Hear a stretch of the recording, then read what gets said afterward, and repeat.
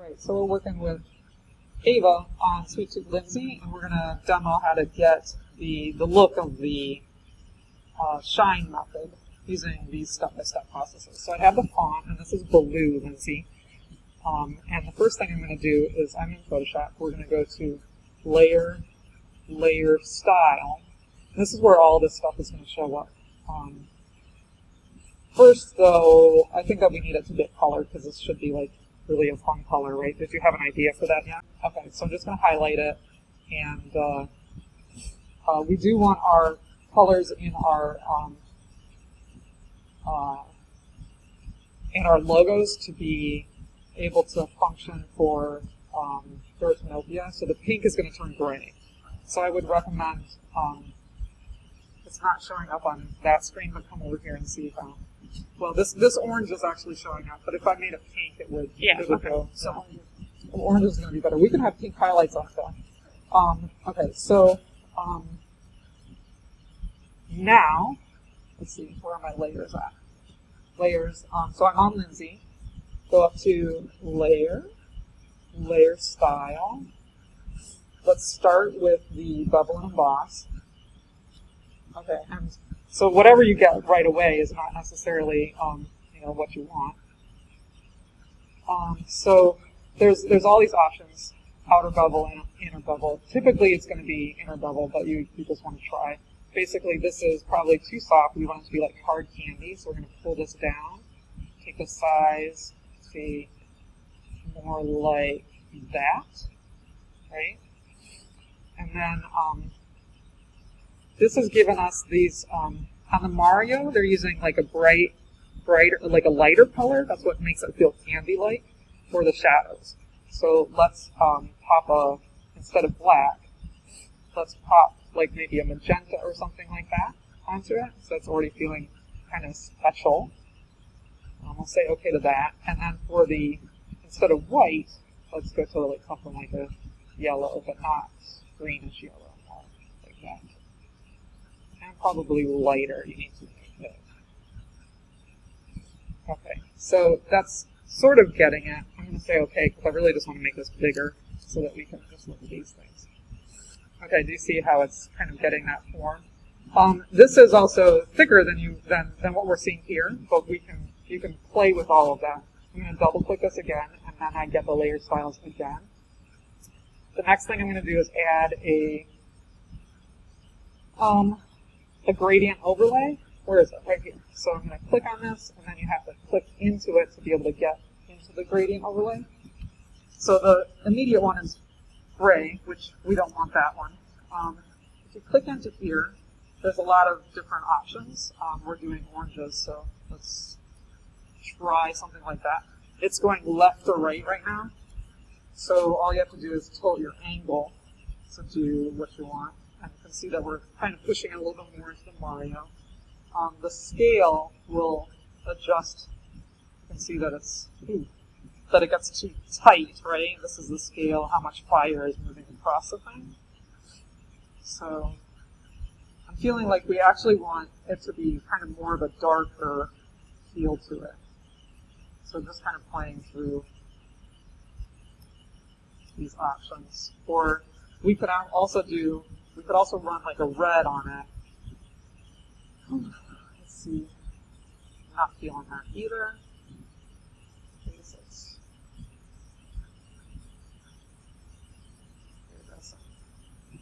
Oh, lambs now. We're back in the 80s, right? So let's go with the oranges, I think, for right now. And then there's a lot of different options here. So we can take this all the way back to nothing, and then just add a little bit of that, right? And what I'm feeling like right now is like, if I were trying to match the Mario, I'd need my base color to be darker red. But we're trying to make candy, so you can do all kinds of different things. So that's that. And then that super white chunkiness that they have there would be like another bevel and emboss on it. So we'll say okay, and then we're going to double click into this effects again. And it doesn't allow you to add one more bevel and emboss on top of it. So what you have to do is duplicate this. So I think you hold down Option. Yeah, it won't let you do two. So I'm going to go back into this bubble emboss and see if I can alter it a little bit more. This is the little profile of where it's going to be. And right here, this is where you can kind of like make it more or less, things like that.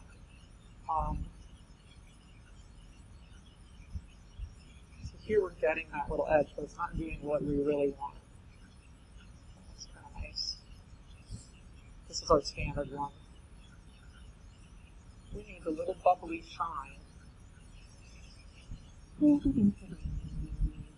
Okay, so what I'm going to do actually then is I'm going to duplicate the whole entire Lindsay set. And I'm going to turn off these effects and make this feel on multiply maybe. And then I'm going to turn these effects off and then jump back into the effects and see if I can do a bevel emboss that's going to be like a pillow on top. No, that goes crazy. Pillow, stroke emboss. I feel like I have to kind of go in there and paint them. Because I thought that I would be able to get those extra little bumps on them, but I'm not able to. So then the trick is just picking. I can pick from these colors, right? Make a new layer on top. And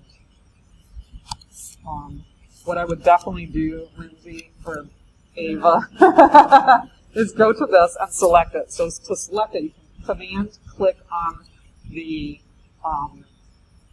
text, which is selecting that whatever pixels are on that, and then you can go to select, modify, contrast. So we're going to pull it all together, and probably for this we need like 10 pixels. So do you see how I jumped in, but it went too far? I wanted to be right on the edge of my Tolonen emboss. So I'm going to go back. So select, modify, expand, which is the opposite. There it is. What was the number we did before? 10. Okay, so 2 might do it to get it right back out to that other side. That's pretty good. Okay, so I'm going to hit Command H to hide the dancing ants. And then this is my layer that I'm going to paint highlights.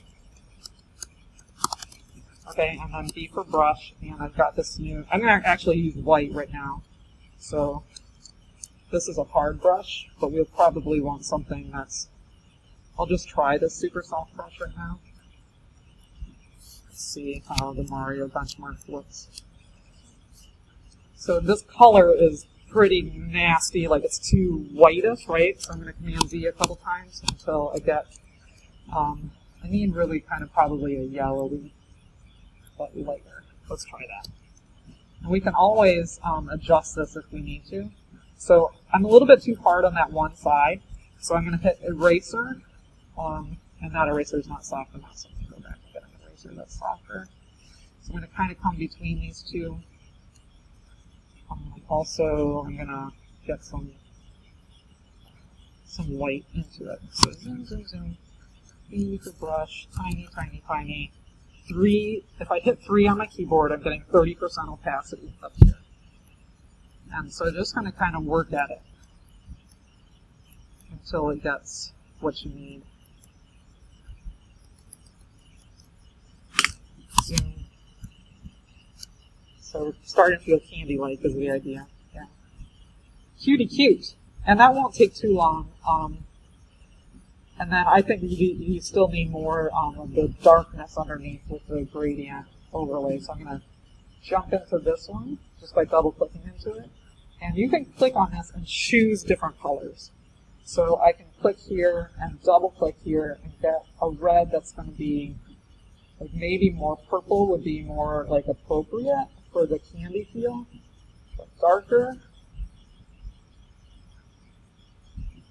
because it's the darkness that's kind of making it work. And for the moving outward, that idea, we're going to take this, copy it, turn off all the effects.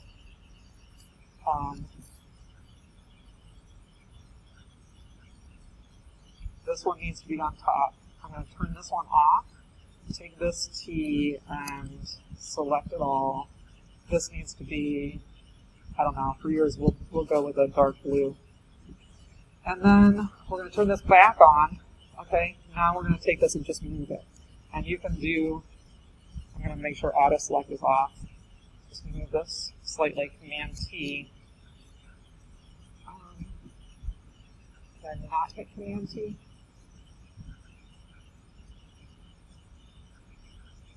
Command D to deselect. Command T. There we go. Okay. So now you can just kind of like play with this and make it what you need. You can also, using the Command period to stop that transformation. So Command T, warping it, playing with it inside of warping, because yours is just kind of really playful. So kind of getting that kind of feel running across it. So we got candy.